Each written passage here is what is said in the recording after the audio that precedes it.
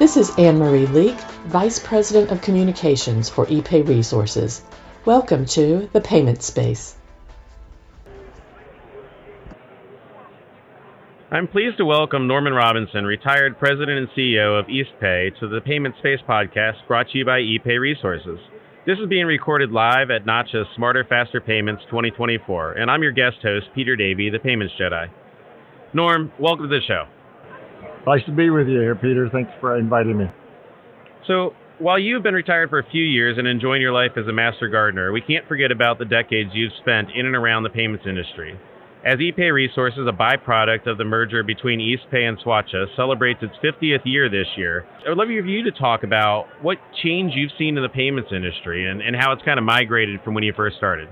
Peter, it's a great question, and one of the sessions that I did here earlier yesterday at the Payments Conference is a little history on the 50 years of the ACH payments, because ironically, I'm just old enough to have been there when this whole thing started. In 73, I joined the Federal Reserve Bank, and one of the beginning programs that they had was a JUMPS program. You may not be familiar with that acronym, Peter. I don't know if you're not old enough for that, but it's Joint Uniform Military Payment System. So I was going through management training at the Federal Reserve, and what's that about? So I read that book, and it sounded a little 3-ring binder on it, and it was exciting that we're going to convert checks to electronic payments.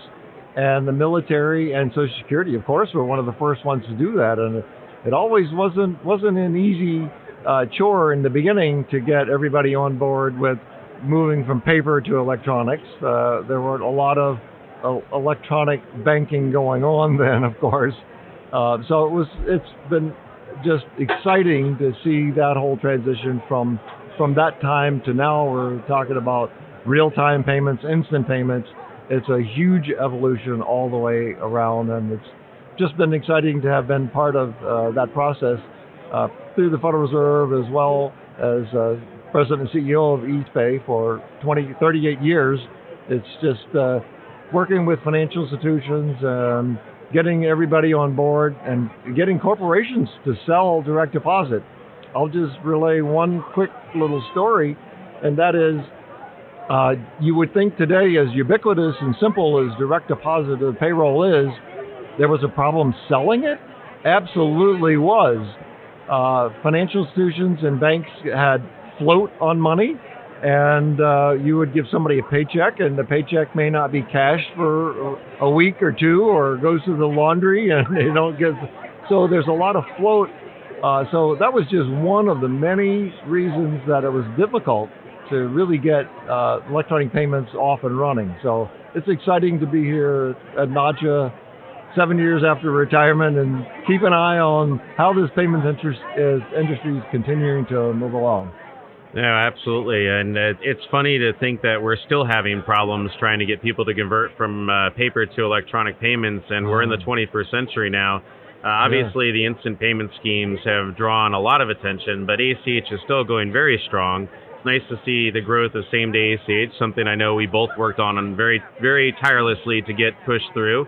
It's a really interesting time to be in the payments industry with all the change going on. It's a fascinating time. I didn't want to retire because instant payments and FedNow and RTP were coming along, and I really still wanted to be a part of that, but I'm not disappointed that I retired and became a master gardener. It's a lot more fun. So let's talk a little bit about that. As you spend your time in retirement as a master gardener, help our listeners understand what that really means and what type of projects are you working on? Oh, goodness. Well, I guess it's an easy transition because for 44 years in the payments industry, I was growing payments, and now I'm growing horticulture and other things. So I've been a gardener my entire life, and it's probably one of those things that is a very big stress reliever. One of our beginning sessions here today was talking about reducing the stress, our keynote speaker. And for me, gardening has been it. You walk out, you put your hands in the dirt, and you grow something. It's encouraging. So I do lead a group of about 40 master gardeners on residential landscaping. and that is a lot of fun helping residents of our county improve, learn how to use native plants and sustainable gardening techniques, and it's just a lot of fun. I also can bore you on a 2-hour presentation on composting. I've only been composting for about 47, 50 years, so I literally do a 2-hour session on composting. I know that sounds really bizarre. People pay to come, and I love it. So it's a lot of fun. That's great. I think that speaks to, I mean, it's great to have a labor of love outside of your other love. I know that both you and I we're very passionate and are very passionate about the payments industry, but it's always good to have a passion outside of work, and certainly gardening is something that really is a labor of love. It takes an immense amount of patience. Nothing grows overnight. And, I think for myself, I enjoy doing things like working on cars, working on my Airstream, and it helps a great stress reliever to get your blood running in a different direction. Everybody needs to have an outlet like that, and you will be much more productive at work as well. Running is the other thing. I'm 73, but I'm still running about 5 miles a day, a lot slower than I used to. But I would come home from work, and my wife would say, "You want to go for a run today, don't you?" Like, yes, I need that, and it recharges your batteries. It's just amazing. So absolutely. Speaking of runs, I took a run with Avery Miller this morning. Did 4 miles in 90% humidity. We were hurting a little bit, but we still did it. I haven't run in Miami, I have to admit. So good for you. As we think about the change in the industry, a lot of community banks and credit unions have a lot to think about in terms of the immense amount of change that's going on across the industry. Some of them don't really control their own destiny because they're waiting on core providers or others to drive things forward. As you kind of reflect upon the time and the change across the industry, what are some of the things that you think that they should be considering to try to keep up and to make sure that they continue to stay relevant? That has been, the large banks know what all the products and services are out there, and they understand that, they embrace them, and they engage them for their customers. We've gone over the years from like 24,000 financial institutions down to about 9,000 or so, as my numbers are approximately right. But there's still a lot of financial institutions that are community and small banks and credit unions that really are very dependent on their processors. So, and the innovation and the speed with which payments has changed over the years it gets faster and faster and faster. And I'm not just referring to faster payments, but the implementation of change is faster, and it's very difficult for them to understand and digest all of the products that are out there. Should I do FedNow? Should I do RTP? Should I do both? And then they're also dependent on their service bureaus, who they're terrific, and lots of them, and it adds to their expense. So they've got to pick and choose.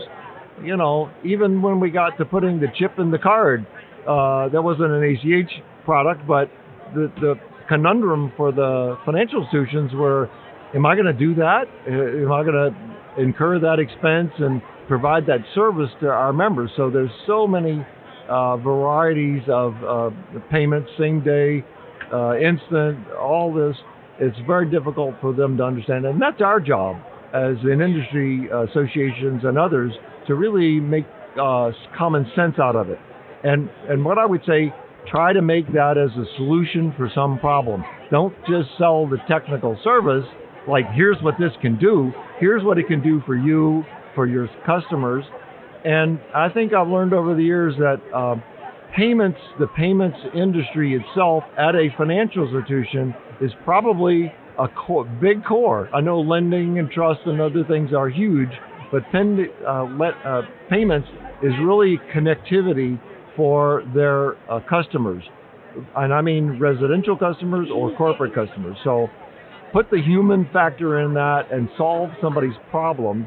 And then if you have that focus, I think you'll find out what products and services you need to implement as a financial institution. So awesome. I think that's some great advice, and I'm sure that our listeners will really appreciate the perspective on that. Norman, I really appreciate you coming on the show today. Please give my best to Joan, and enjoy the rest of the show. Thanks for asking me. Thanks so much.